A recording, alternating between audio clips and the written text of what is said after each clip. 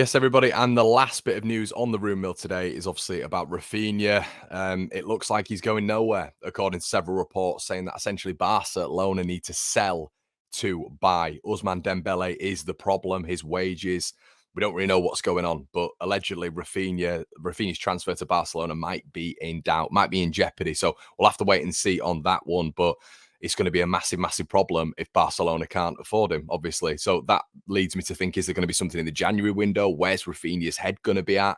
Is he going to want to go into another campaign with Leeds United? And not only that, but where are Leeds going to be getting the money from? Because we talk about the Leicester model. We know with the Leicester model that Kante was sold on in that big summer. We also know Mahrez was sold on in that big summer. So what on earth happens next with Leeds United? Because there has to be some outgoings to be bringing in all of these incomings. And have Leeds also planned for Raphinha to be leaving the club to be able to bring certain personnel in? Fascinating story. Let me know what you think, everybody. Have a good one, and I'll see you in a bit.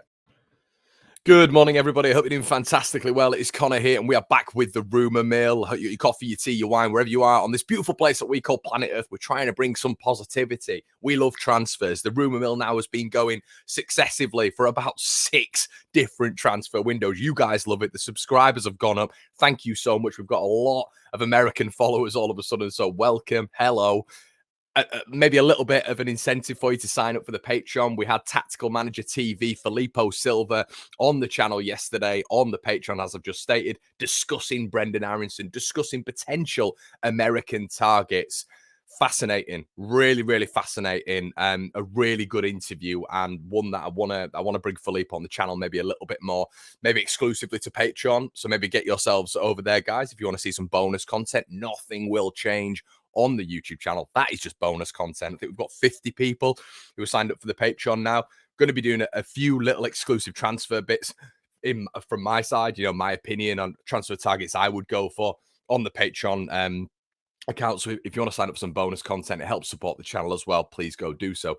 Thank you as well for the engagement, the interaction. It's been unbelievable. Rumour Mill's flying as it always does. You guys love this show. We were the originals 3 years ago. 3 years ago, we started this every single day. So we're going to keep it up. I know you guys absolutely love it. So let's get into it. Enough waffle. Nathan Collins. When I say Nathan Collins, what do you say? No, not Phil Collins' son.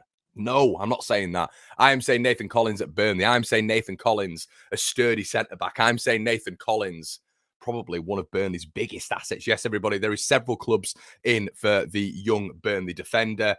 22 years of age, had a really, really good back sort of end to the season, if you will.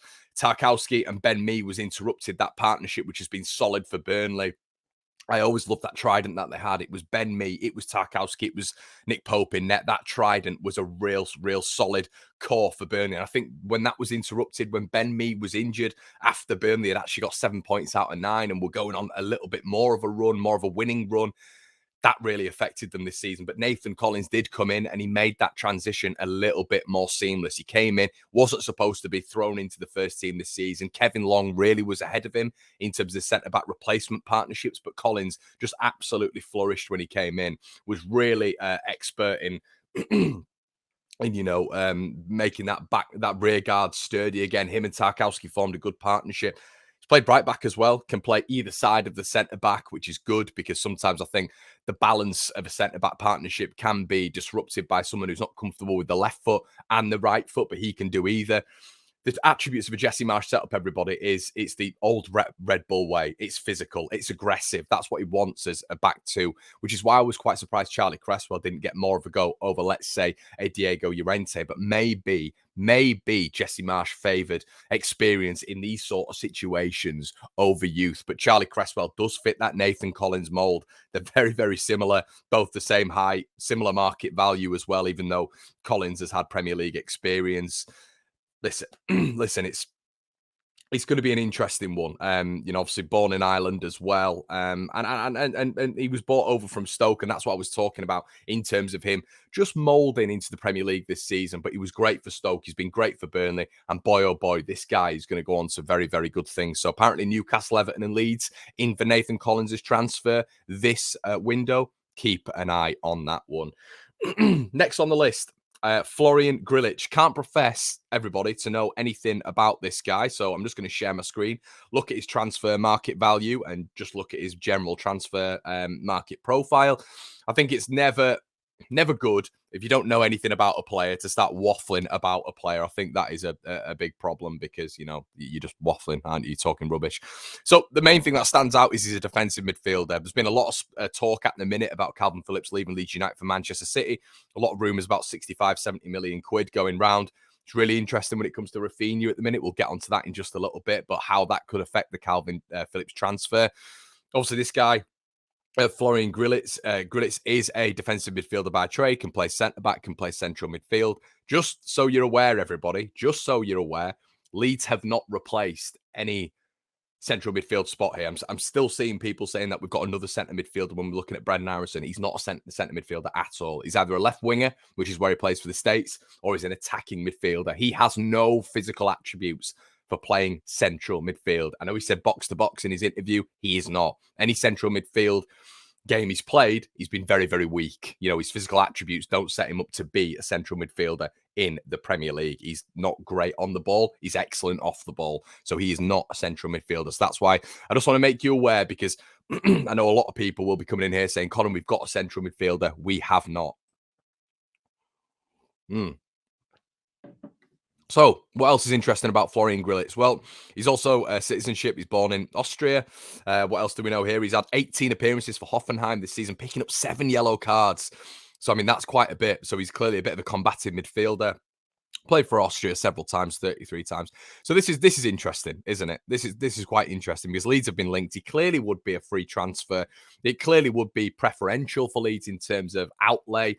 But it all depends on what happens with Calvin Phillips. For me, if Calvin stays, we have to bring in two defensive midfielders as it is.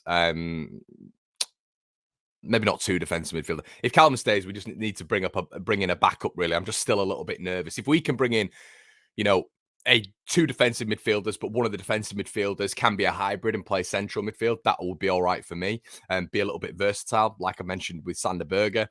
But I think if Calvin goes, you literally have to bring in, you know, two defensive midfielders and have like a foreshore. That's what I think. I think, you know, maybe a Florian Grillitz, another central defensive midfielder coming in, and, you know, and per se Adam Forshaw. I think Leeds need to get strength in depth here. If you bring in a player for 20 million quid, everybody, that player can be on the bench as well. But if you're turning around and saying to me, Connor, we need to replace Matthias Klick, or Connor, we need to replace an Adam Forshaw, that just shows the lack of depth in this side. And it just shows that Leeds United, they need to bolster the squad with 20, 25 million pound signings, but as well, we need to do that with the bench as well. So another one on my list, and one that I'm just going to throw out there. I've seen rumours about this guy, but I just want to throw my 2 cents in there as well. Leeds looking for a striker. I've spoken about Armando Broja, although Armando Broja being on loan, his parent club being Chelsea. It's an interesting one because I believe Broja will go on loan again, because I don't think he developed as much as Chelsea would have liked in the latter half of the season. I think he went off the boil really when it comes to the last sort of 3 or 4 months. So can I see Leeds going in for Armando Broja? He'd be an intelligent signing, but does that really fit the Jesse Marsch system, having someone like Broja who is technical? You know, he's a very technical football player. He's not all about the physical. You know, even though he's 6'4", he's very good at the ball at his feet. He wants the ball at his feet. Very technical operator. We know Leeds don't. We know there will be a lack of ball possession in a Jesse Marsch system. So it is all going to be about knock-ons and getting into the box as quickly as he can for a striker and tapping the ball in, potentially from a cross or a second ball, whatever, from, you know, if the attacking midfielder wins the ball and Bamford gets in and around. So Che Adams, for me, would be a really good addition in this Leeds United setup. He's not a glitz and glamour signing. He's not got Enio on the end of his name, which I think suddenly makes him not applicable for a lot of football fans, Leeds fans in particular. Leeds have been interested in this guy several times, and apparently it wasn't from Bielsa's side. Apparently Bielsa liked him, but from what I've been told, it was heavily on Victor Orta's side. So Victor Orta is interested in this guy. We know that Victor Orta was interested as well in Brendan Harrison. There was a long-term interest from Leeds going back to last summer. So I could see Che Adams being the Premier League striker that Leeds are looking at. Now, the valuation will be interesting because if we were to go in for Che Adams, I think you're probably still looking at 20 million. His transfer market value is 18 million. But are Southampton going to let one of their lead strikers go? On the cheap, they're not, are they? They're not. 26 years of age. I think anytime I've seen Danny Ings with a consistent partner over a couple, 2 or 3 year period, you've had Lucas Jukovic at Birmingham, sorry. You've had Danny Ings at Southampton. That was a long-term partnership. They really, really worked. They really, really worked. It's been a little bit inconsistent with Armando Broja, and I think that's maybe why it's broken down as well on Shea Adams' side this season. But I think he'd be keen to come to Leeds. I really do. I think he'd be keen to have a bit of a new challenge. Obviously, his family's up from this way. Yeah, it'd be interesting to see. It'd be interesting to see if that is the Premier League striker. Now that Eddie Nketiah has been thrown out the way, which I thought was a very Leedsy thing to do. Shea Adams, I could see being the one that Leeds go for. 30 appearances last season, 8 Premier League goals and 4 assists. It's not unbelievable numbers, but once again, everybody, it fits the Marsh way. He's physical, he's combative. He'd be that little and large with him and Patrick Bamford. You've got to think as well, hopefully we will have a fully fit Patrick Bamford, in a front two. So if you've got those two together, I think that'd be a really good partnership. So next I wanted to throw out another name, John Ruddy. He's left Wolves. He's on a free transfer. Sam Johnston, I believe, has just gone to Crystal Palace. A really good signing by Crystal Palace to get in him. I believe it was on a free transfer from West Brom. But John Ruddy, listen, by the by, he's an old pro. He's been at Norwich in the Premier League. He's been at Wolves in the Premier League. And I think as an experienced goalkeeper, why not? Why not? Let's just I'm just gonna have a look at how old he is here. John Ruddy. Let's have a look. I bet he's younger than. Yeah, 34 years of age, so he's younger than Ben Foster. We keep talking about Ben Foster. Foster has had more Premier League minutes, and I think Ben Foster is a higher quality goalkeeper, in my opinion. But it looks like Leeds aren't going to go down that route. Would John Ruddy be a bit cheaper? Probably. Listen, there are experienced goalkeepers out there for Leeds United to go and get to just help Elan Melee through the season. I think John Ruddy would be a great shout. Let me know what you think in the comment section below.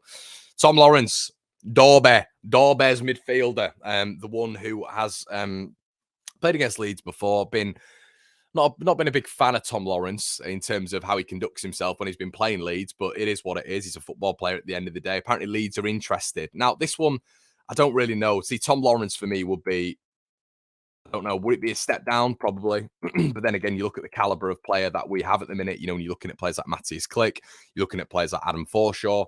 Is Tom Lawrence a step down? He's probably not. He's probably not a step down at all. Technically, he's a good player. He's always been, when Derby have been in the championship, he's always been one of the high flyers.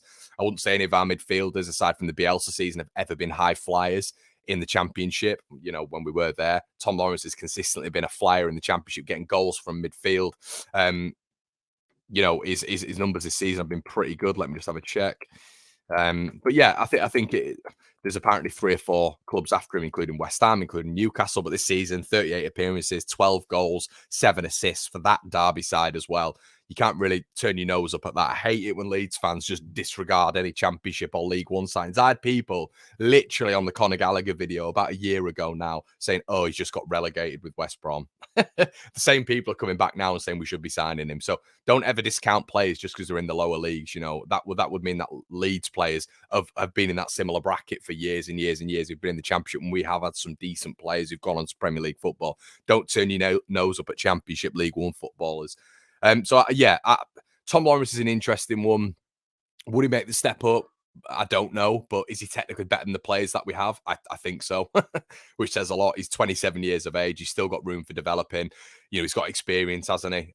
So yeah, it wouldn't be a bad signing. Let me know what you think in the comment section below, but he'd be a stocking filler, wouldn't he? He'd be a bench player, but would he come to Leeds to be a bench player? Yes, everybody, and the last bit of news on the Room Mill today is obviously about Raphinha. It looks like he's going nowhere, according to several reports, saying that essentially Barcelona need to sell to buy. Ousmane Dembele is the problem. His wages, we don't really know what's going on, but allegedly Raphinha's transfer to Barcelona might be in doubt, might be in jeopardy. So we'll have to wait and see on that one, but it's going to be a massive, massive problem if Barcelona can't afford him, obviously. So that leads me to think, is there going to be something in the January window? Where's Raphinha's head going to be at? Is he going to want to go into another campaign with Leeds United? And not only that, but where are Leeds going to be getting the money from? Because we talk about the Leicester model. We know with the Leicester model that Kante was sold on in that big summer. We also know Mahrez was sold on in that big summer. So what on earth happens next with Leeds United? Because there has to be some outgoings to be bringing in all of these incomings. And have Leeds also planned for Raphinha to be leaving the club to be able to bring certain personnel in? Fascinating story. Let me know what you think, everybody. Have a good one, and I'll see you in a bit.